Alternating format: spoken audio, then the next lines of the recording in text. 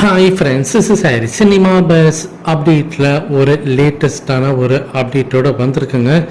விஷயம் என்னன்னா, விஜயகாந்த் அவர்களுக்கு பார்த்தீங்கன்னாக்கா மத்திய அரசு வந்து பத்மபூஷன் அவார்டு வந்து அறிவிச்சிருந்தாங்க. அது வந்து வழங்கியிருந்தாங்க சமீபத்தில்.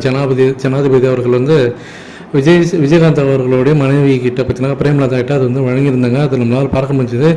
இந்த நிலையில் தான் இன்னைக்கு காலையில் ரஜினி சார் பார்த்தீங்கன்னா ஒரு அதிரடி வீடியோ வந்து ஒன்று ரிலீஸ் பண்ணியிருக்கிறாங்க.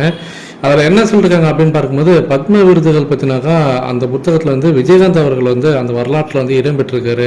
ஸோ அவரோட பேருக்கு வந்து ஒரு பெரிய பெருமையை சேர்த்துருக்கு அப்படின்ற மாதிரி அவர் சொல்லியிருக்காங்க.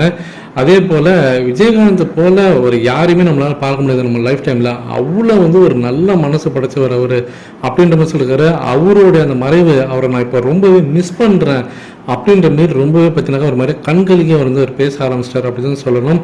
அதே போல் இந்த நேரத்தில் அவருக்கு அவார்டு கிடைச்சிருக்கு. ஆனால் இந்த நேரத்தில் அவர் இல்லாத வந்து ரொம்பவே மனசுக்கு ரொம்பவே கஷ்டமாக இருக்குது அப்படின்றத அவர் வந்து பதிவிட்டிருக்காரு. ரஜினி சார் பேசின அந்த வீடியோ பார்த்தினாக்கா இப்போ ஆன்லைன் சோஷியல் மீடியாவில் ரொம்ப வைரலாக இப்போ எனக்கு எல்லா மெயின் ஸ்ட்ரீம் மீடியாலையும் பார்த்தினாக்கா அதை வந்து போட்டு காட்டியிருக்காங்க. ஸோ நீங்கள் எல்லா சேனல்லையும் போய் பார்த்தாலே தெரியும், நியூஸ் சேனல்லே அதை போட்டுருக்காங்க. நம்மளுடைய ட்விட்டர் பக்கத்துலேயும் நம்ம அதை ஷேர் பண்ணியிருக்கோம், மறக்காமல் போய் பாருங்கள்.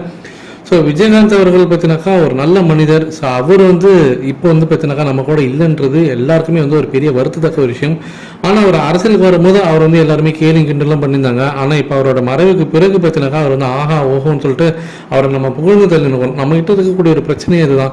ஒருத்தவங்க இருக்கும்போது அவங்களுடைய அருமை நமக்கு வந்து தெரிய மாட்டேன்றது அப்படின்றதான் ஒரு உண்மையான விஷயம் இங்கே.